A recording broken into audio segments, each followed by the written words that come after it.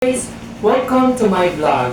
So ito ang buhay parokya, buhay bilang secretary at pastoral ministry ko sa simbahan.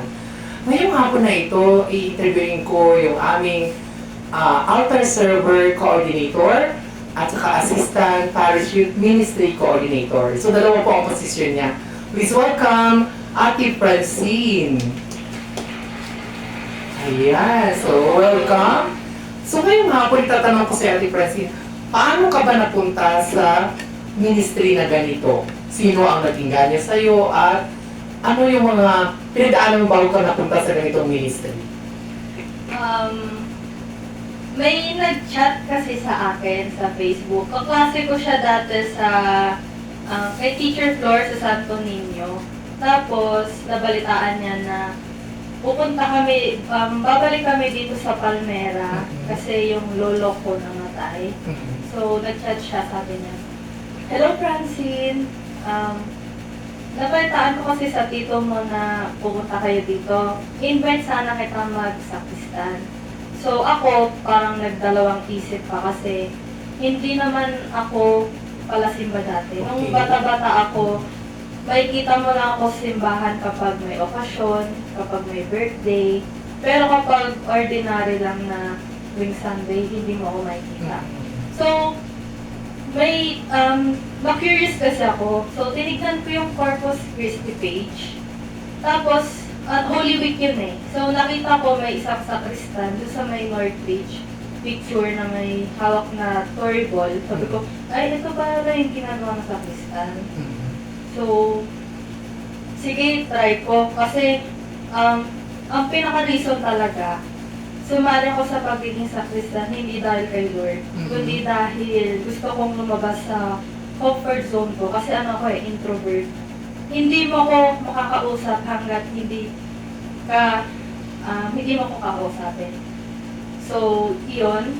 Tapos, ayun na, sabi ko kay Tin Tin, hello Tin, gusto kong i-try na magsakristan. So sabi niya, sige, punta ka lang dito sa Corpus Christi. Ayun, Holy Week yun. So, simula nun, nagtuloy-tuloy na. Okay. So, sabi ko nga may nag-invite.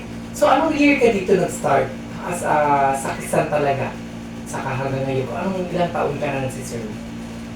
Nag-start ako mga after ng pandemic 2022.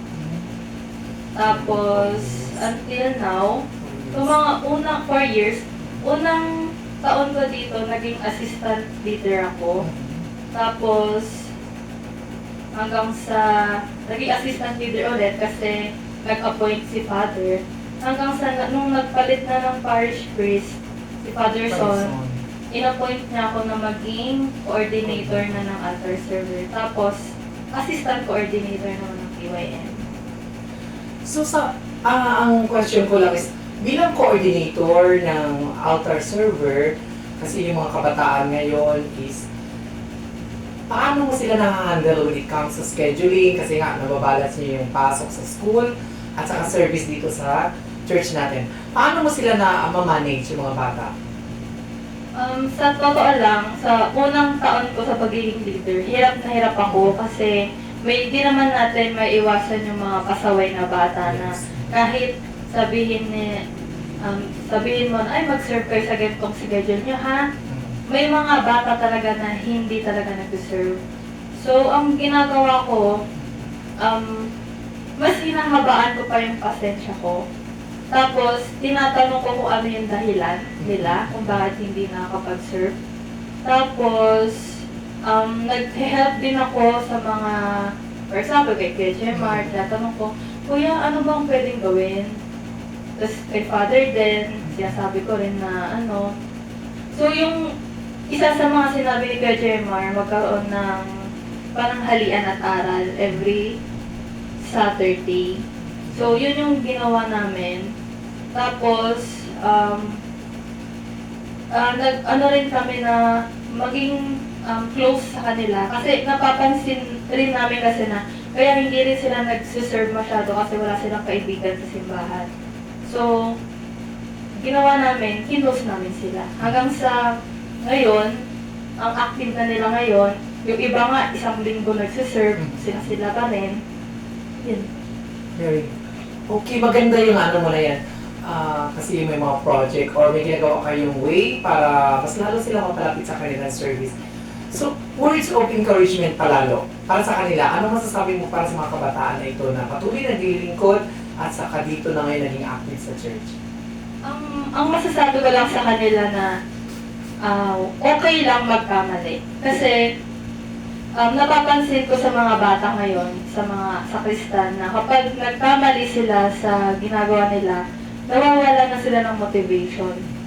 Ang akin lang, okay lang magkamali kasi hindi naman alam ng iba kung ano yung kilos natin. Tayo lang ang nakakaalam. So, tsaka yung pagkakamali kasi, hindi siya nakakabawas sa pagkatao. So, yung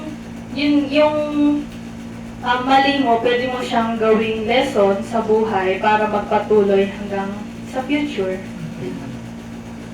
Okay, maganda ang learning ngayon na okay lang magkamali. Sa totoo lang sa buhay natin nga, ayun nga yung point ko din on my own. Although sa araw-araw na ginawa ng Diyos, hindi talaga nawawala yung mga challenges sa atin. Makakakibat yan sa atin, sa journey natin dito sa lupa. So, yung okay lang pagkakamali, gamitin natin in a positive way. Di ba? Para at least maging lalo tayo maging productive in the future. So, ayun naman guys. Thank you and continue to support my vlog. Thank you!